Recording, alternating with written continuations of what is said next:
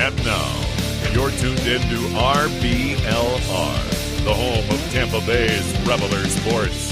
Hello, everyone out there in Tampa Bay and beyond. This is James Walsh coming at you for the RBLR Sports podcast here on New Year's Day.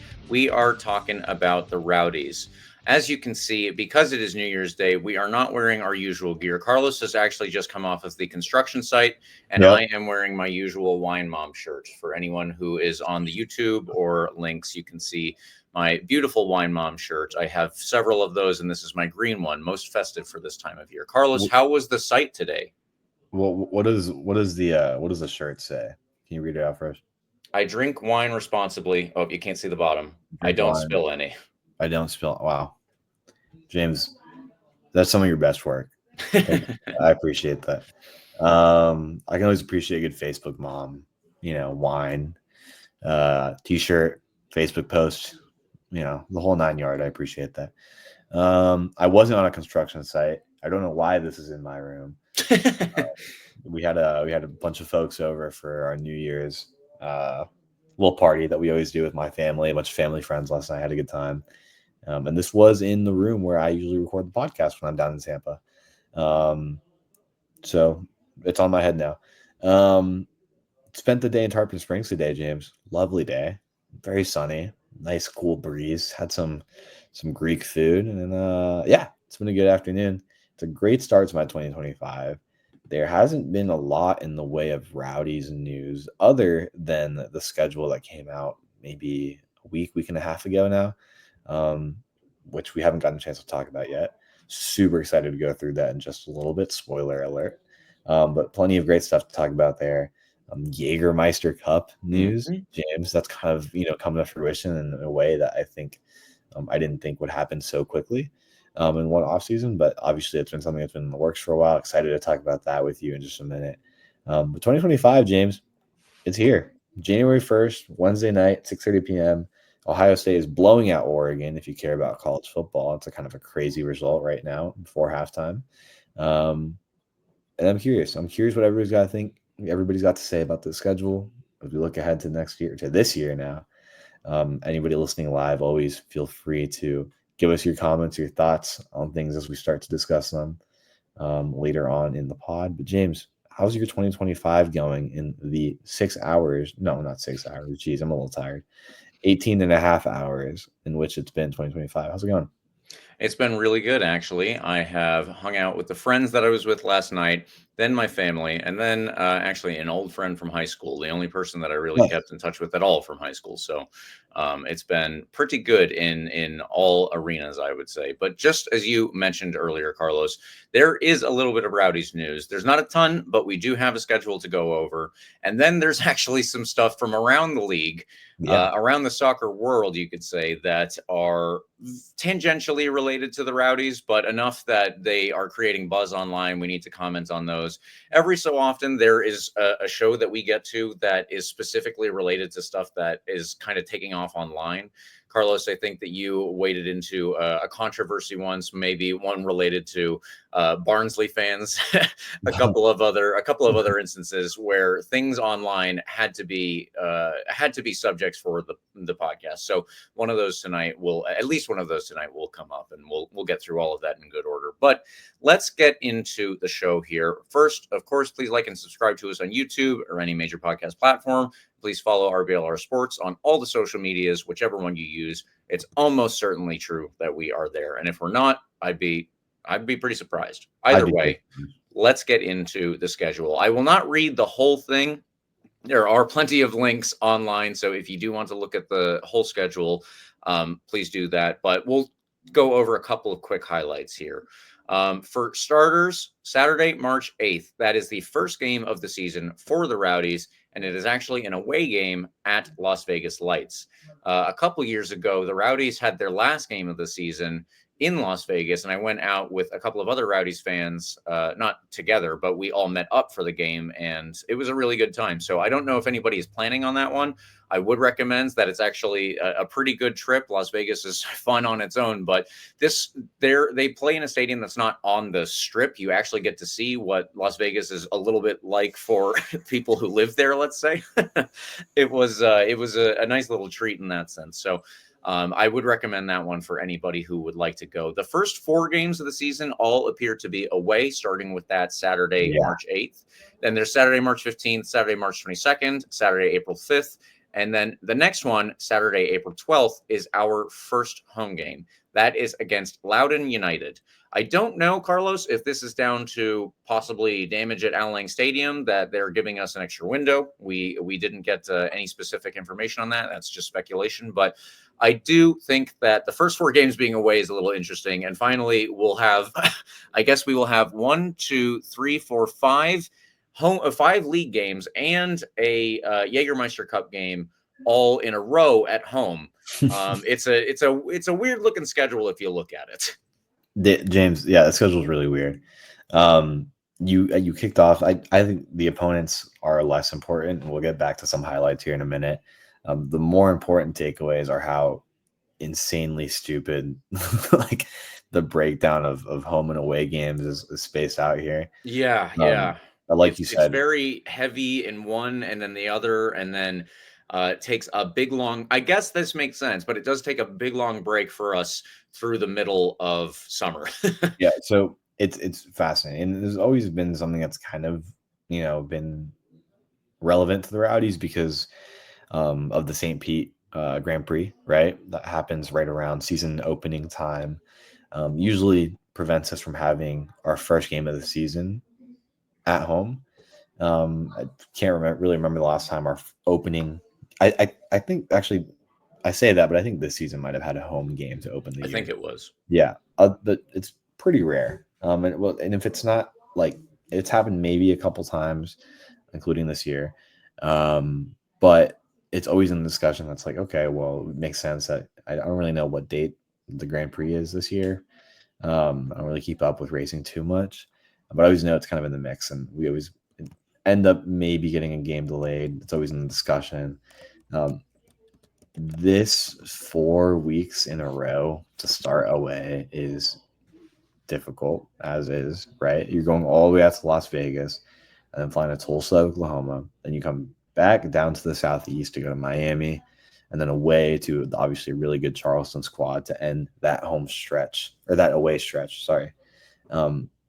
Then, like you said, you have these 6 games at home against a mixed bag of opponents, including a Louisville game in there and a Jägermeister game. We'll talk about the Jägermeister Cup a bit more in just a little bit, because I think it's fascinating, and I really like this edition, by the way. Somewhat of a normal next couple of months. You go away to Lexington. That'll be fun. New opponent, right? Yep. Home to Tormenta, Jägermeister game. Away, home, away, home. And then, James, you get to this July period that you mentioned, right? Includes 2 Jägermeister games. One, a really fun away road trip to FC Naples to start the month of July on July 4th. And that's on July 4th. Yeah.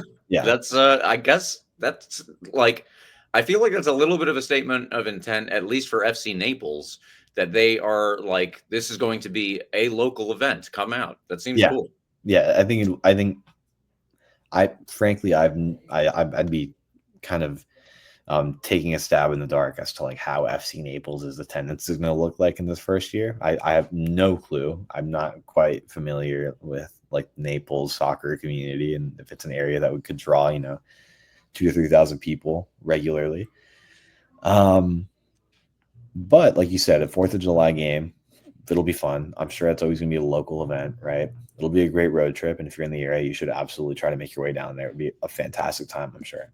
Big time. A great road trip. And again, I want to talk more about the Jägermeister Cup in just a little bit, but that starts a stretch of 6 away games in a row. Absurd. It's absurd. You have 1 weekday game in there. So for the most part, it's spread out 6 to 7 days, right? Because you have the Friday game at Naples and Saturday, Wednesday, Saturday. So you don't touch Out Lang for the entirety of July, for a home game, which is kind of absurd. And that kind of happened this year too, James. You might remember that this season we only had one home game in July. Super weird, kind of uncommon. We usually have it's more evenly spread out. Right. This is the most insane structure that I've seen play out for us. It's not really happened to this level of extreme level. I don't know. I'm a little tired, James. Maybe a little. I had a little bit to drink yesterday. Let's put it that way. I'm a little tired. You wouldn't be the only one. Look, all I'm trying to say is that this is weird, and I don't know what the deal is. I'm sure that the stadium damage probably played a role in having those away games to start the year like that. I don't know why that means that so many home games come in a row, which means obviously you have to have like a block of away games to balance it out. The rest of the schedule is kind of normal. Once you get into August, fun game at home against Phoenix Rising, always, to kind of have another home game after all of July and early August away from home. You go away to Detroit, home to Pittsburgh, another great one, followed by home to Sacramento, another highlight on the season schedule off the bat. In September, mixed bag of games here, home to Colorado Springs, away Birmingham, home North Carolina, away Loudoun. Please don't get swept by Loudoun this year. That's what I'm asking for. Good Lord. A delayed Christmas gift that I'm asking for from the Rowdies.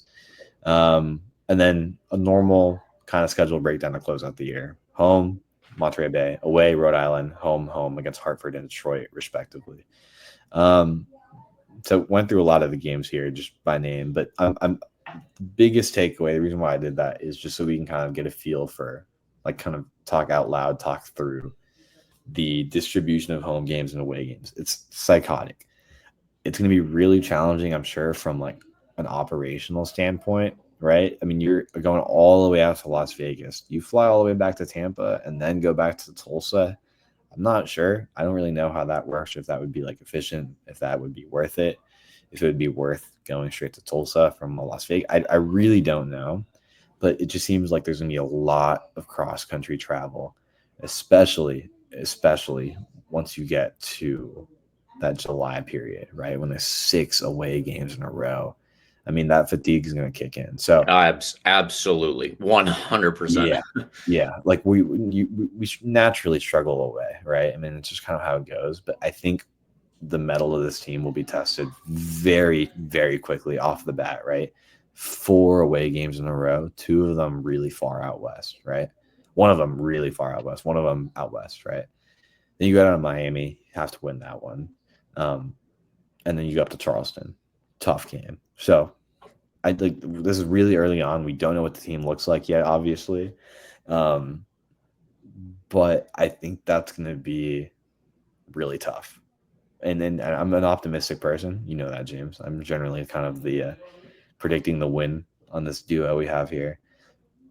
But man, like, I would be very surprised if we have a really positive opening 4 weeks. You know, like, you need some time to gel together as a team. And for that to happen while you're bouncing around so much, it's going to be really tough. So we're going to have to see how quickly these guys gel together. This offseason is going to be really important because you don't want to get off to a really slow start either. No. Don't dig yourself into the hole too early. I mean, even though we're going to have a lot of home games to balance it out, you don't want to dig yourself into that hole early. We know that's a problem. We know how difficult it can be to catch up to a Charleston or to a Louisville later on. So these are going to be really, really important opening games away. We're going to see what can happen, but I think there's just inevitably going to be a really disappointing loss or really disappointing draw somewhere in there that we just won't be expecting on paper. But if you look at the fact that it's so many away games and these guys need to gel together as a team while they're bouncing out, it's going to be really tough. So that's my biggest takeaway from that, James. I know I've been rambling for a minute about the distribution of these home games and away games, but I truly think that's going to be a really, really, really big factor. We're going to see it play out, especially through the first 2/3 of this season. We're going to see how much of an effect it takes, because that's how the first 2/3 of the season is broken down. It's a chunk of away games, big chunk of home games, big chunk of away games, and then a regular part to regular, schedule to close of the year. So really, really weird. I'm fascinated to see how we navigate this, because there's not really a lot of teams that I think that I've seen are dealing with the same kind of distribution. I would assume it has to do something with, Al Lang Stadium, maybe taking some repairs right now. But it's fascinating. It really, really is fascinating. James, do you have anything? Did I ramble on enough about these home game, away game distributions? Because I would like to talk about some of these like games. So there's a couple really fun ones coming up. But yeah, I think it's worth like just kind of getting some focus on this now, because I know people talked a little bit about it on Facebook, especially. There's some conversation about that. But I think this is going to be a big, big factor this year, truly. Yeah, when I saw it the first time, we weren't recording, so I didn't have a place to come out and say that I find this to be super weird. But yeah, looking at it again for tonight's recording, it is obviously very weird. I don't know that I've ever seen 5 away league games in a row, and again, that includes another one for the Jägermeister Cup, so that's actually 6 home games, or excuse me, that I meant home games. Yeah, 5 home games in a row for the league, and then 1 in the Jägermeister Cup. So I don't know that I've ever seen that. And then through all of July through August 9th, it'll be 6 away games. 2 of those are Jägermeister Cup, so they'll be close. Just like you said, Carlos, it is that one versus Naples that starts this. That's just crazy. I think that even the 3 home games that we have in a row on August 30th, September 6th, and September 13th, that is that's usually uncommon. How frequently do you see even 3 home games in a row? So I definitely, just like you said, this presents immediate problems in terms of like running a soccer team as a coach, getting everybody set up to handle the wear and tear of travel, getting everybody set, because that also impacts your schedule for training each week. I think that it's going to be we're gonna just like you said too, we're gonna have some results that absolutely throw everybody for a loop. Like, how the hell did we lose to this team? That will happen. So yeah. I just hope it's not, I don't know, I hope it's not Miami or something. I'm looking at those away games there, but it's gonna be very interesting to see how all of that plays out. I am looking forward to certain things, and then I'm extremely hesitant about that. I can't imagine that the league wasn't coordinating some of this with the team for certain reasons. I could assume that the team did not want to play many home games during July. That I can understand, but no home games in July. That's weird. Saturday and May are all home games. So it has thrown me for a loop immediately. Yeah, super, super, super weird. You make a really good point, actually. I didn't really think about how we have maybe one time every season where we're like, wow, 3 home games in a row. That's kind of weird. Like, that means we're not going to see the team for a while. And then we see them play in like 3 or 4 weeks in Al Lang Stadium, right? This schedule, you look at it, and there's just you have 6 home games in a row. That's double that, like, really rare. Wow, you just mentioned 3 home games in a row. That's crazy as is. 6, I don't know. I'm still kind of in shock. Like, the more I look at it, the more insane it seems to me. But I think we really could talk about how strange this is forever. By the way, not fun fact. I guess it's a fun fact about me. I love this like retro aesthetic that we've kept going with for next year. I'm looking at the graphic that you pinned, James, in our docs, and this is a graphic you'll see online and on Twitter during the schedule drop, with the OG Rowdy Ralph, right? Yeah. And still a kick in the grass 2025. I love that. I love that they brought the original author too. The artist to draw that up. I think it's really cool. Okay, more importantly, James, more importantly than the distribution of games, we always have, our Louisvilles that we have to play. Always exciting games, or Charlestons. What are some exciting ones here that just stick out to you off the get-go? I know we talked about the Jägermeister Cup. We can start talking about that too, because I'm really, really excited about that. It's weird in a way. It's like kind of like bringing me down looking at how blocky the schedule is. But let's talk about something exciting here that you look at and makes you say, wow, this is something I'm going to put in my calendar and be excited for in 2025. Yeah, there are a bunch of those that stick out immediately. So the first thing is our first Jägermeister Cup game is a home game. If anybody is unaware of exactly how the Jägermeister Cup works, it is going to be a competition between the USL Championship and USL League One teams. I was honestly hoping that in the future we might see even USL League Two. I don't know how that would actually work because it's not a full year season. Yeah. Luckily, the Jägermeister Cup might not. It runs from April for us all the way through. When is the last one? The last one is in July. So that's actually relatively close to the USL League Two season, and it would depend on when the Jägermeister Cup final is as to whether or not the USL League Two could ever participate. But it would be extremely difficult. I know for certain it would be extremely difficult for that to work out. So we're certainly not getting it this year. But our first Jägermeister Cup match is going to be Saturday, April 12th. And because it is expanded to the USL Championship and it's not just USL League One, they have made it regional. Good news for AV Alta down in USL League One, who finally have somebody closer than Spokane to play. But for us, that means that we are going to be in a group, and that group consists of Miami FC, us, South Georgia Tormenta FC. That's pretty cool. Mhm. We are also in a group with FC Naples, of course, and then Charleston Battery. That is really, really neat that we are going to have all of these little teams that we've never played before. I don't know if we've played South Georgia Tormenta. I feel like we might. I feel like I'm forgetting an Open Cup game, possibly. Just But preseason. otherwise, well, yes, preseason. Yeah, but I mean, just in a preseason. competitive environment, I don't know if we've ever played them before. No, So we haven't. yeah, No. so that's cool. That's very cool for the fans. And then, of course, this is FC Naples' first season ever.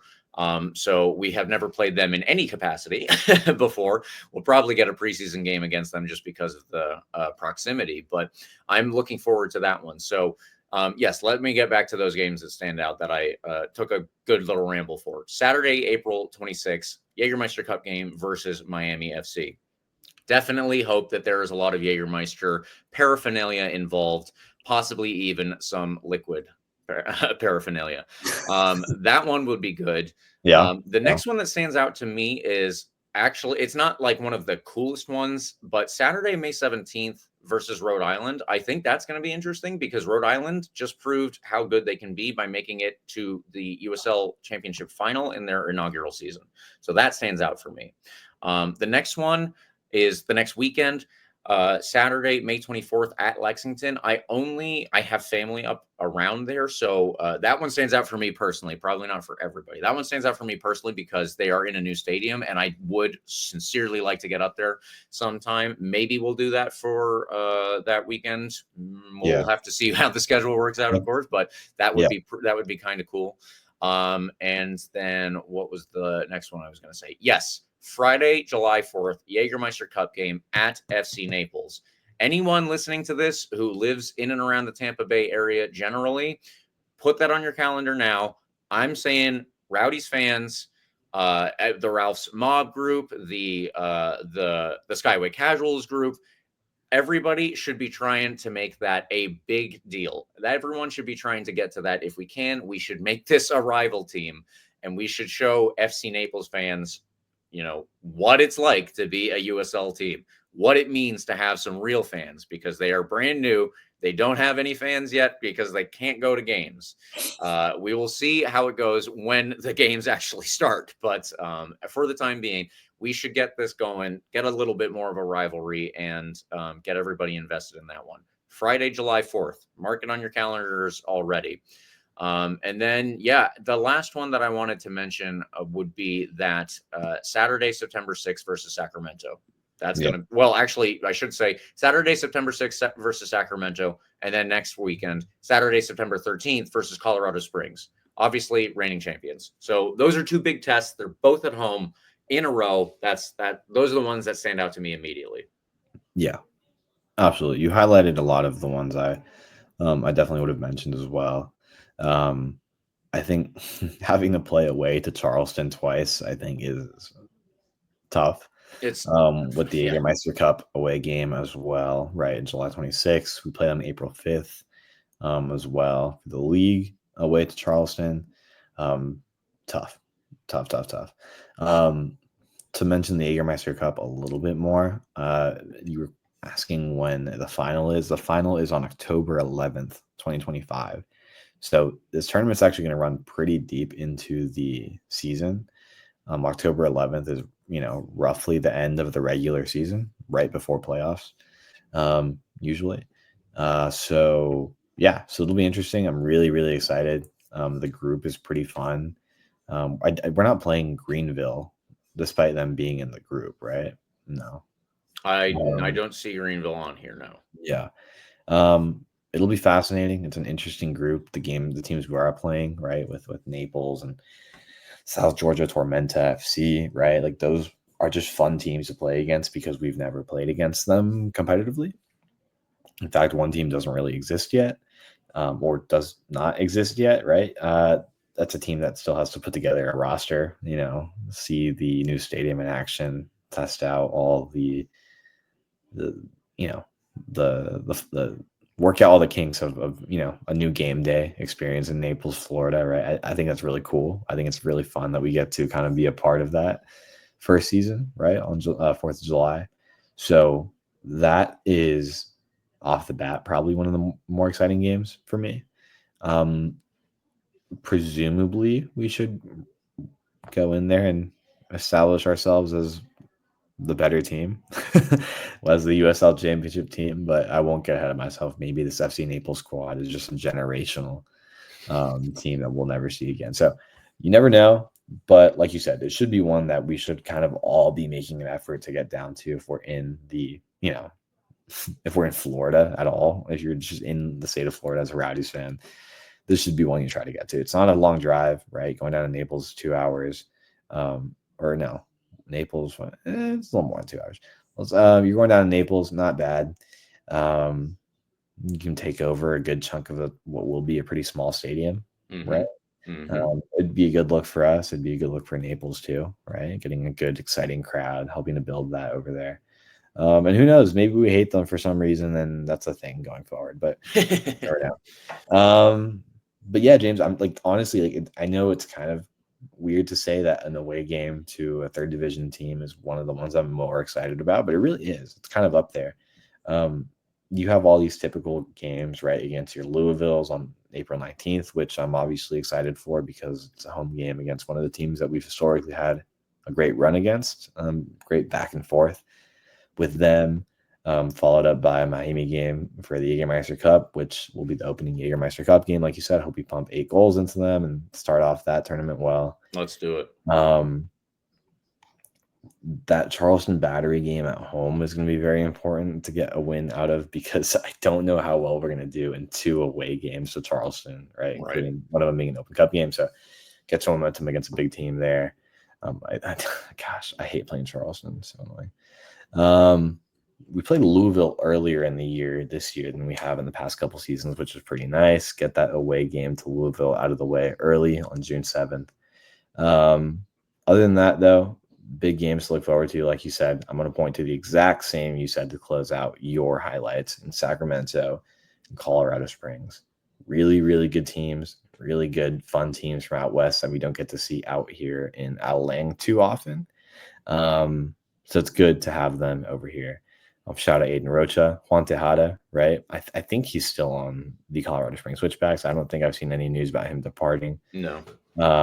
He's scoring a final. They should keep you. Yeah. So assuming that doesn't change between now and then, which it very much could, or early on in the offseason, maybe we see a Juan Tejada return to Alang Stadium, which I think, well, no, I mean, he was on Indy and played against the Rowdies. I'm not sure if he got minutes, but a rare Juan Tejada sighting in Alang Stadium, not for the Rowdies. It'd be great to see him again.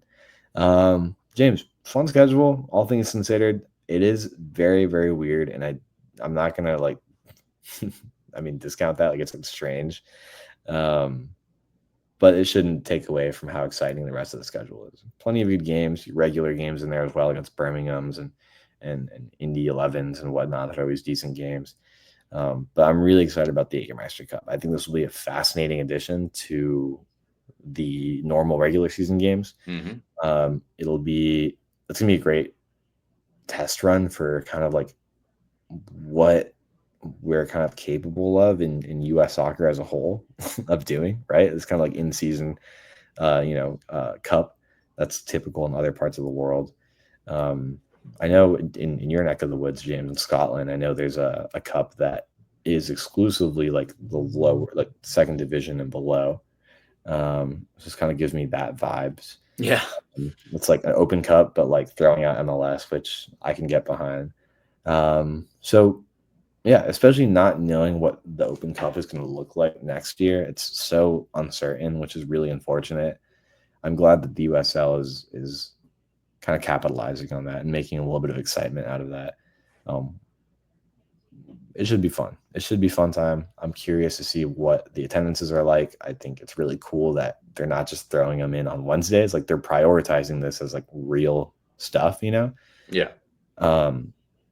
The challenge in the past has been, right, we'll play like the Villages, which is kind of fun, but it's on a Wednesday and no one's really going to want to go to traverse the traffic all the way to St. Pete, right, to watch the Rowdies versus the Villages.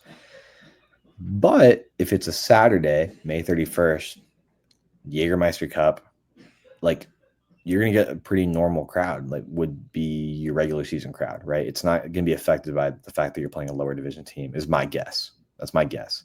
We'll see, but I really don't think it'd be the case that Rowdies fans are at home saying, oh, Tormenta FC, I'm not going. Right, exactly. Yeah, like maybe that's the case on a weekday.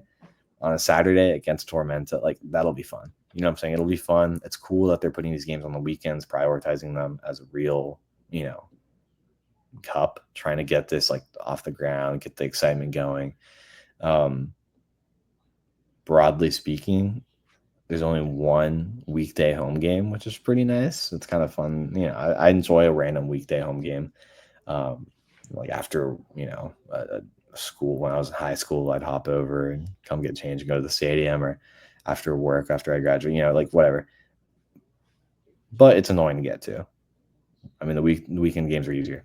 So the only weekday game is that Wednesday, June 25th against Indy 11. We only had one weekday game this past season as well against Detroit over the summer on a Wednesday. So keeping up that schedule, we've been very fortunate on that end. I think that's kind of a push the USL has been trying to make in general to keep fans in the seats on the weekends. But one more comment on the Jägermeister Cup, just to finalize what I was saying. I just think it's really, really fun that all these games are, with the exception of the game on the 4th of July, but it's the 4th of July. It's on Friday. The rest of the Jägermeister Cup games are on Saturdays, and that's really, really cool, right? The Open Cup games have always been on the weekdays, but I think that's the advantage you have of the Cup being, run by the USL, right? The USL can kind of do whatever it wants with it because it's the USL Cup. So that's a really, really great position to be in for this. I think it'll get off the ground really well. It's hard. I mean, it seems to get enough momentum, as much momentum as it could, as just a USL League One tournament. Adding in all the USL Championship teams, it'll be a good time. I'm fascinated to see what Lexington SC can do, James. Truly, I really am. And you said you have family out there. This is a team that is kind of an enigma to me. I don't know like what the culture is out there. Doesn't seem, and I'm sorry if there's any like diehard Lexington SC fans listening to me right now. It doesn't seem to be a particularly like thriving soccer culture over there, like in general. And not yet, it doesn't. Yeah. And frankly, this again, I'm not trying to like trash on them. I'm really not. Like, I don't know what the potential is over there, or if there is any, for like a thriving soccer culture. So they have a new stadium. It's going to be exciting. It's an away game for us, right? As they join the USL Championship, maybe that generates more excitement. I know they weren't particularly high up in the attendance numbers in League One, so or the rankings, So ProRel, whatever. Yeah. So I'm fascinated to see less so about what they can do on the field and more so what they can do off the field. If joining the USL Championship, building this new stadium, if that all kind of helps generate the excitement they need to maybe get that soccer culture they deserve. We'll see. I'm really, really fascinated by Lexington. So, a random thought to close out there. Lexington SC, an enigma to me. Fascinating to see what they can do. Maybe a fun away game to get to too. It's a cool college town, right? I believe, yeah. Which one is there? Is that isn't that you, Kentucky? Yes. Okay. Yeah. Because the other big one obviously is Louisville, and that's not going to be in Lexington, is it? I worked through that in my head. We got there. We got there. Yeah. Okay. So that's my long-winded way of saying the schedule's weird, but it's fun. It has its quirks, and they're significant quirks. But it's gonna be a fun schedule. There's plenty of fun games. Get really excited about the Jägermeister Cup. Like I don't think it's gonna be one of those situations where it's one of these like random tournaments that kind of just exist and nobody really gives a crap about them, right? This is pretty legit. Weekend games, all the teams, an extra tournament, an extra opportunity for silverware. It'll be exciting. And I'm hoping we can be the first team in the USL Championship history to do the double. That would be cool. That would be pretty cool. One last thing that I'll say related to the schedule, just if you can, in any way possible, whether that's buying tickets or posting about it or telling Don Garber that he's a piece of, you know what, make sure that you support the Open Cup as well. The Open Cup deserves your support. It is literally the oldest soccer institution in this country, and destroying it would be a ridiculous thing to do for, especially considering MLS is a league that's trying to build up its own history and talks about and makes retro jerseys for teams that are 5 years old. Just support the Open Cup while you're Inter Miami had a retro jersey this season, and it wasn't. I'm going to start waffling about that if you're going to shut me up, James. Well, yeah, if you can, when we have the Open Cup schedule come out, make sure you do whatever you can. Mostly that is buying tickets and going to games, but try to do whatever you can to support the Open Cup as well. All right. With that out of the way, just want to say liking and subscribing is free, but if you think you might need some new threads coming up this new year, because it's 2025, you can support our podcast a little bit more by heading over to shop.rblrsports.com and checking out all the designs we've got going on there. There will be a link in the description, and you can use the promo code COYR for 10% off of your order. Please do check it out. We are getting new stuff up there for the Sun as well as the Rowdies. So there's definitely some cool stuff, and I think that you will like it if you search it. Carlos, there are 3 big talking points to get to. I don't know if we want to do these. I guess the order that is listed is probably the best order because the first one is the biggest one for us. Neill Collins has left Wraith Rovers in Scotland, and he has come back to the USL Championship to join Sacramento Republic. We just talked about when we're going to see Sacramento Republic in, I think it was September. So this is the big thing that has taken over Rowdy's discourse online. We obviously needed to talk about it. Immediate thoughts. September 6th will be fun. There'll be a good game to go to.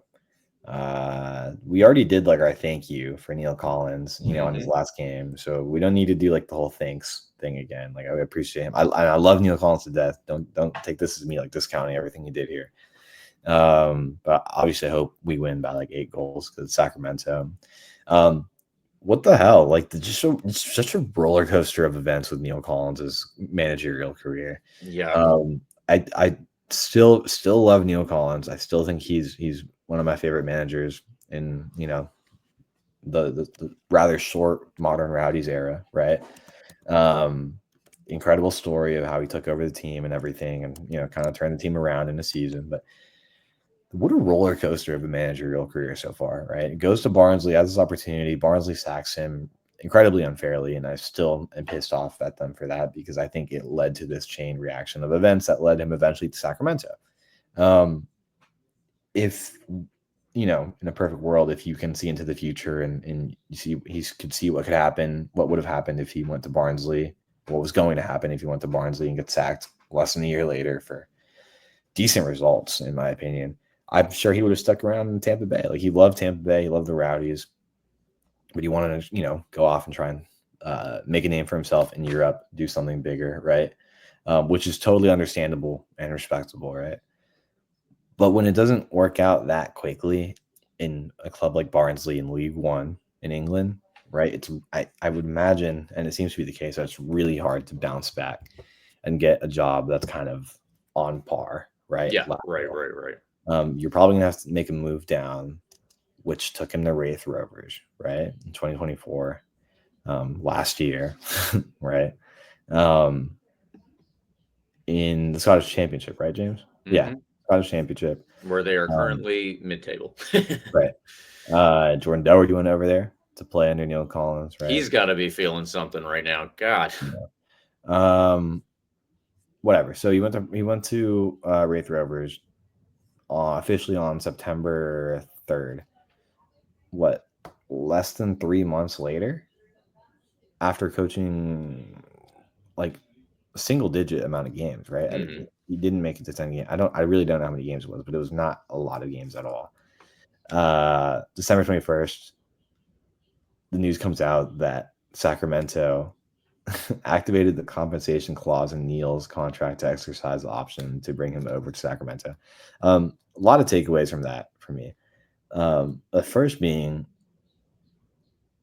how much, like, is there just no money in the Scottish Championship? That's Sacramento Republic of the American Second Division. And again, I'm not discounting the USL Championship, but we can just do that. Yeah. It's if you just for a slight tangent from Rowdies and USL here to get onto the Scottish side of things. Celtic obviously have the most money in Scotland. Rangers have there's a little gulf between them.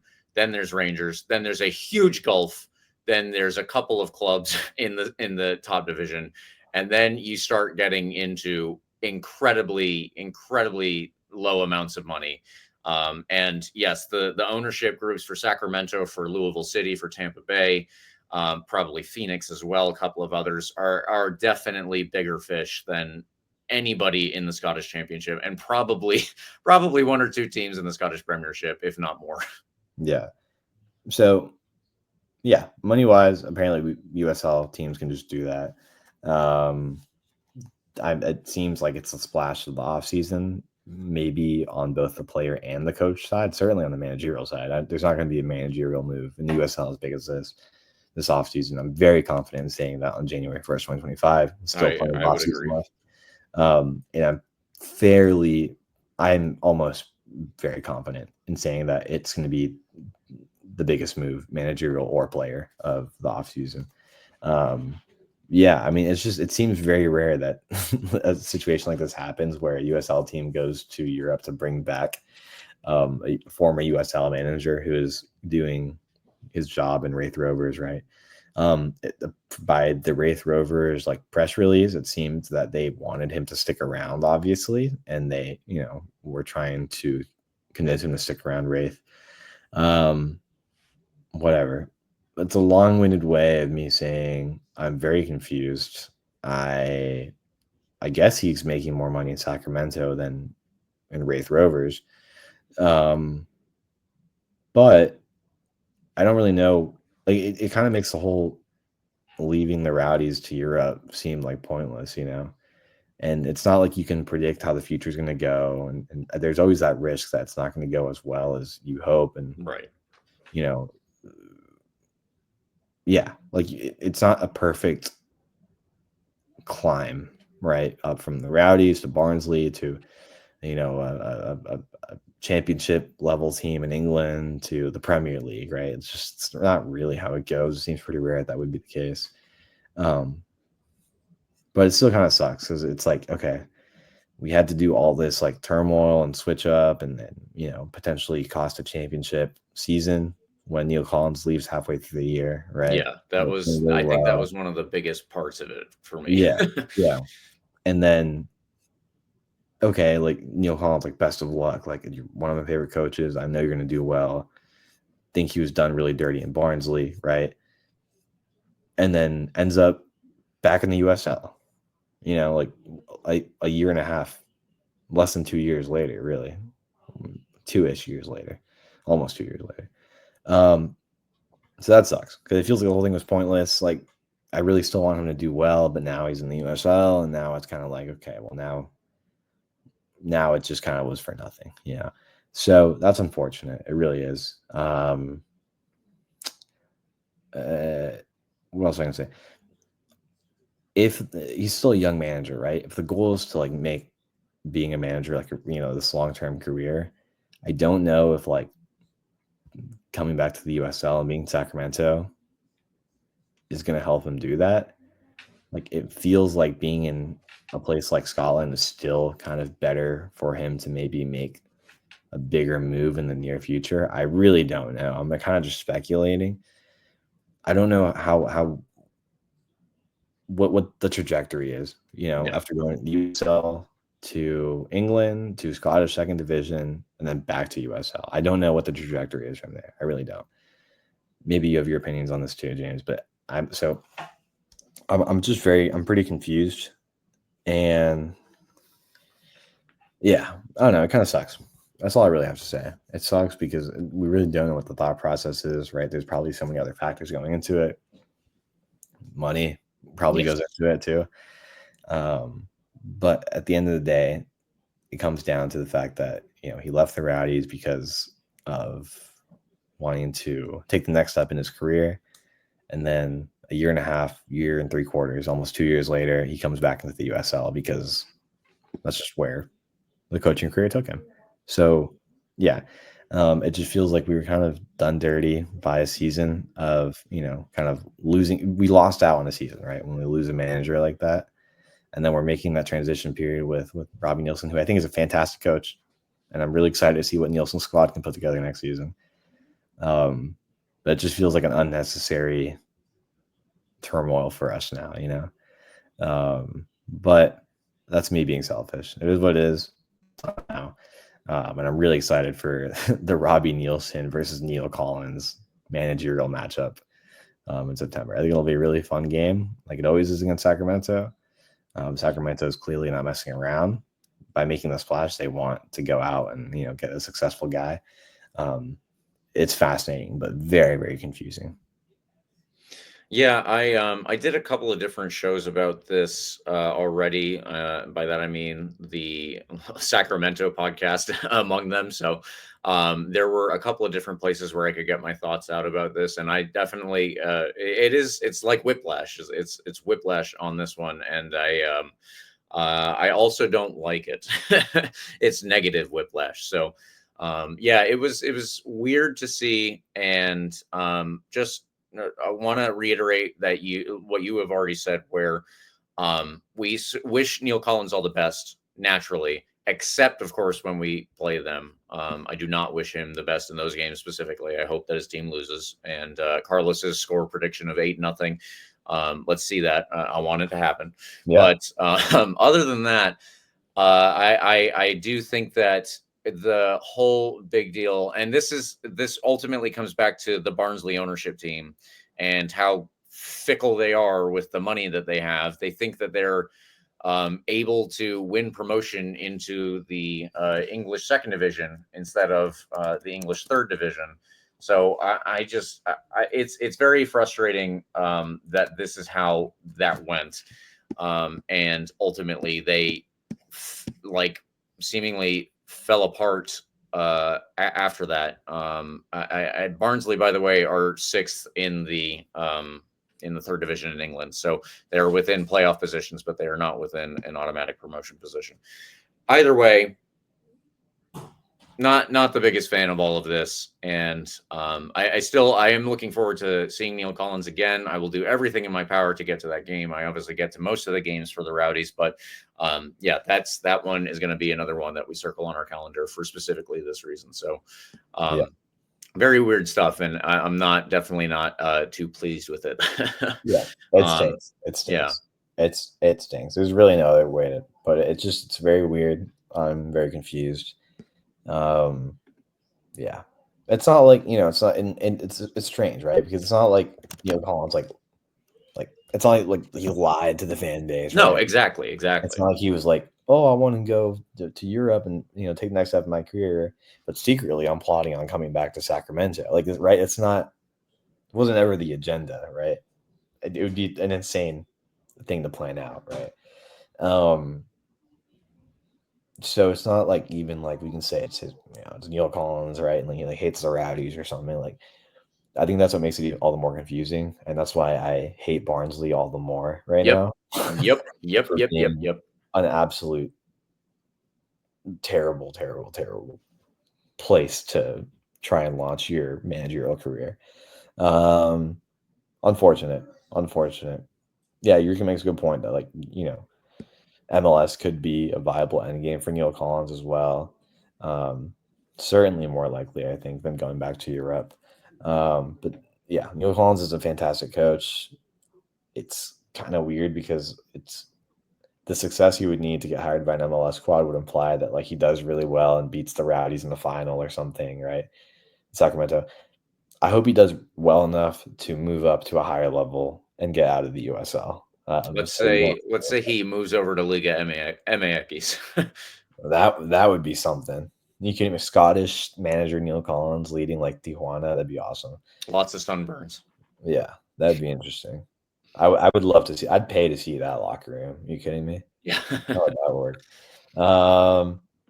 Yeah, it sucks. It blows. Like there's really no other way to put it because it's just like nobody's fault other than just bad luck. Right. Barnsley being terrible front office folks. And I hope they lose every game for the rest of their life. It's great that like it's crazy. Like it's just because it's specifically that one season we had a great team. We were playing well. We closed out Neill Collins' career with a 3-0 win at home against San Diego, I think. Like we were on fire. We finished Neill Collins' tenure with a 3-0 win at home, and then from that point on, it just snapped because turmoil, new coach,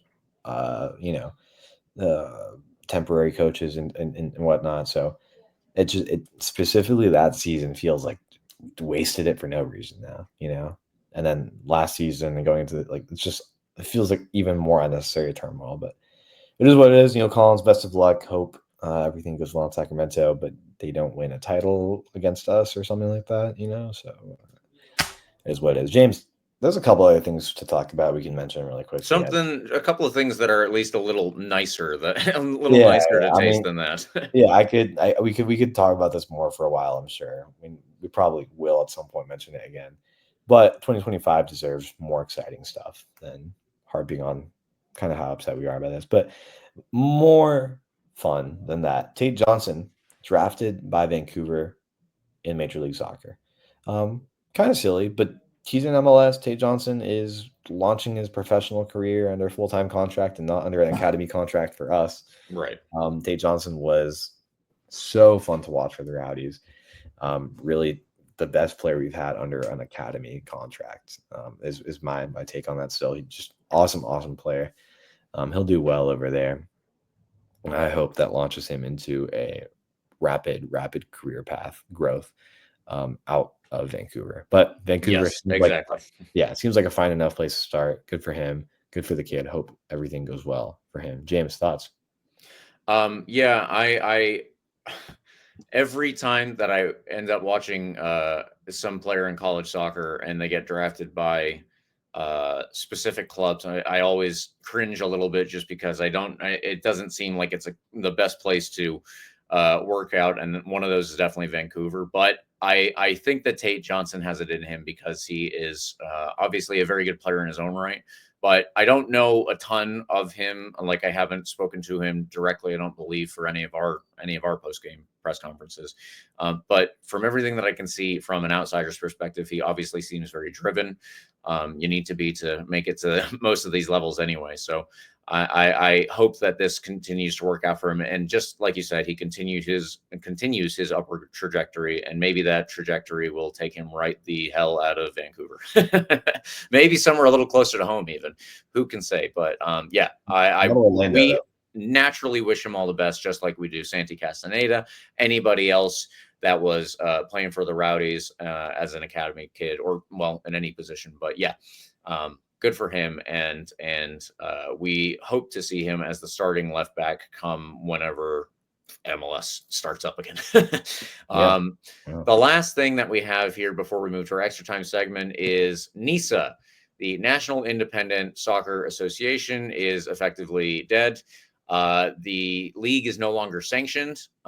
So it's by the U.S. Soccer Federation is what I mean by that. We don't know what that means. I was looking through the headlines just in preparation for this. Flower Yeah. City Union, which I believe is from Rochester, Yeah. they have left NISA. This was reported. Actually, that was longer ago. But either way, there are just a bunch of things here and there about how this league has effectively gone under. And my advice for any team within NISA that has fans, all of your fans should tell them to join the USL. It is a more stable structure, and maybe you will actually get to play a regular season at some point in the near future, not 2025, because our schedule is already set in stone. So I do wish all of those teams and their fans the best. Losing teams, individual groups like that sucks for American soccer. That is not good for American soccer. And that's why NISA going away is probably beneficial, because it was obviously not set up to work. It was not viable, is what I'm trying to say. So it really does suck for the fans in, let's say, Savannah, Georgia. They don't have any local team to go and support. I think possibly even college. I don't know about that, but hopefully there will be a landing spot somewhere for Savannah Clovers, for Irvine Zeta, for whoever the hell else, maybe even Flower City Union. They should all think about USL in the future, though. That is my recommendation. Carlos, do you have any thoughts on NISA? Super weird that it lasted as long as it did. That's the biggest takeaway, honestly. I like none of these teams like get fans at their games. Like, no, really, like I didn't even know Arizona Monsoon FC was a real team. Like, I thought Club de Leon was one of like the USA SA, one of like the amateur soccer association teams. I didn't know this was a NISA team. I'm literally looking at the NISA like club list right now. The only team in here that I like have vaguely heard of that maybe has some fans go to their games, James, is Savannah Clovers FC. I don't know any of these other teams. And I don't think I'm particularly, maybe I'm generalizing, maybe some of these have like a few like really diehard fans, but I don't think there's gonna be many people missing them. That's the other thing. That's true. I just don't see like it was always kind of, I'm surprised it lasted as long as it did. That's really all I'll say. Like, I'm not saying like I'm happy that people's teams are going away. I just don't think that there are people that like kept up with NISA as like because like their team was really in it, like lower league sickos keep up with it because it's a lower league sicko league. Like, NISA is like the definition of sicko lower league US soccer. If there are any viable teams, any teams that have a base, I'm sure they will make the move to USL. Like, it's really the only logical landing spot for a team. So if a team is viable, they'll make the move. So I think any team that would have survived independent of NISA is going to make the move. So good luck for them, to them. Or there's that new league that Eureka just mentioned as well in our chat, the League for Clubs. I don't know what the hell that is, to be honest. Like, they've been popping up on my timeline recently. I thought that was that scam artist, Matchmaker Smith, or what's that guy's name?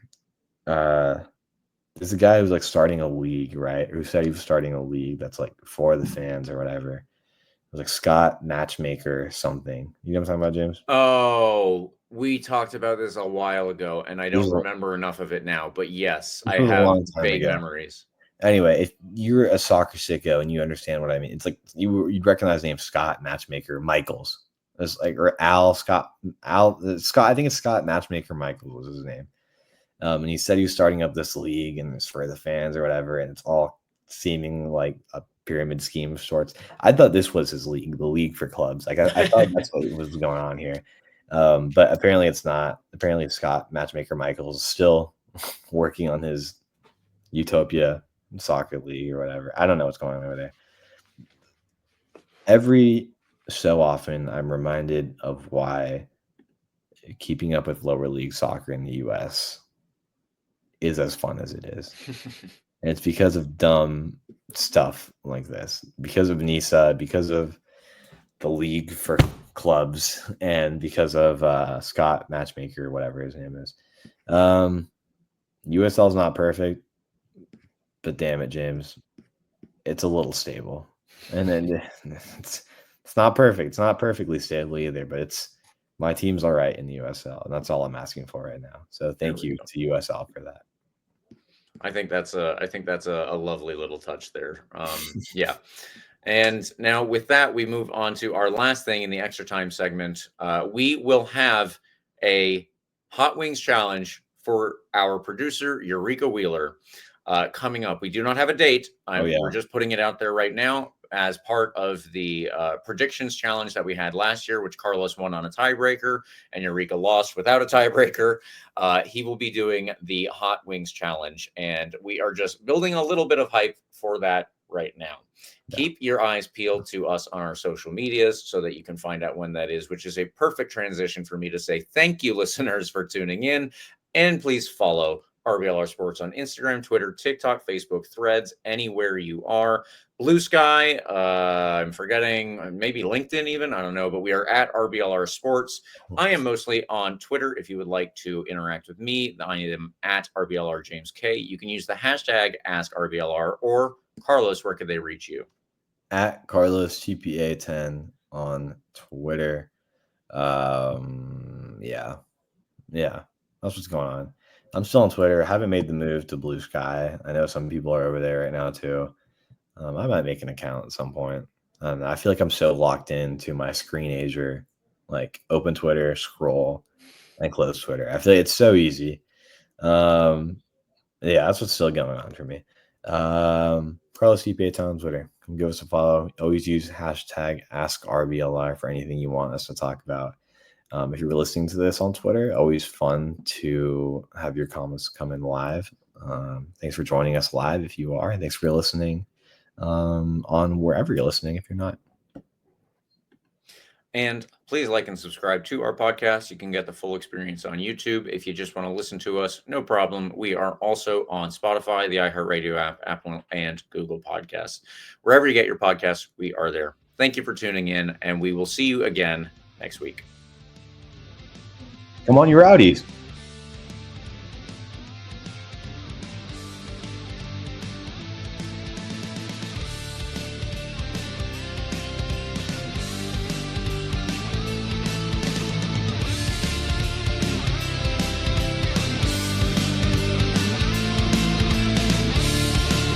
Thank you for tuning into this presentation by RBLR Sports. On your way out of the stadium, please remember to like and subscribe.